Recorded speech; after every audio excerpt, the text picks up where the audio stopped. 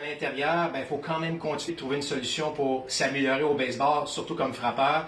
Je vous propose des petites choses aujourd'hui fort intéressantes. Tout d'abord, ce qu'on veut créer comme frappeur, c'est quoi? C'est de la vitesse avec nos mains, de la vitesse pour rentrer dans la balle. Donc, combiné avec la vélocité du tir, la vitesse, évidemment, qu'on va créer, va faire en sorte que c'est là qu'on va frapper des balles à des belles distances. Pour ce faire, il y a 4 étapes intéressantes que j'aimerais vous parler. Première étape, c'est bien simple, c'est la position de base. On sait que la puissance part du sol vers le haut. Alors, il faut avoir une bonne base dès le départ. C'est plus large que la largeur des épaules. Le poids normalement réparti 50-50. Et vous pouvez vérifier si vous donnez une poussée, si le frappeur perd l'équilibre, déjà on sait qu'on n'a pas une très bonne base. Alors il faut être bien ancré au sol. Ça, c'est l'étape numéro 1. L'étape numéro 2, maintenant, dans l'élan, tout ça va se faire très vite, évidemment. C'est ce qu'on appelle le loading, ou s'armer, où on va placer un petit peu plus de poids sur la jambe arrière. Donc, peut-être un 60-40, peut-être un 65-35. Ce qui est bien important, par contre, c'est de garder le genou à l'intérieur du pied. Vous pouvez prendre un bâton pour vérifier.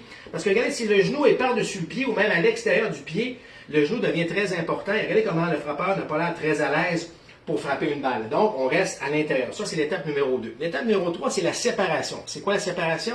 On va séparer le bas du corps et le haut du corps pour créer un effet élastique.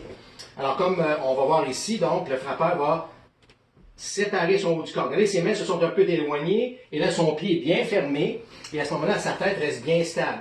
Pour vérifier tout ça aussi, c'est important que le bras soit pas en extension totale ou pas pris non plus tout ensemble ici où on a l'air coincé. Donc, il y a un bel espace qui est créé ici justement pour aller chercher le plus de vitesse possible par la suite. Maintenant, il faut pointer le bouchon, moi j'appelle ça le bouchon du bâton, on le pointe vers les pieds du receveur.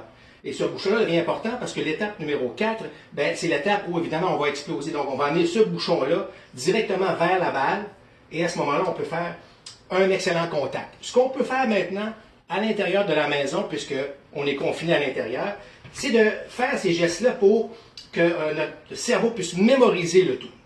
Alors, on va y aller. 1, 2, 3, 4. Elle ne fait pas de 4, évidemment, parce qu'on ne s'élance pas. 1, 2, 3, 1, 2, 3.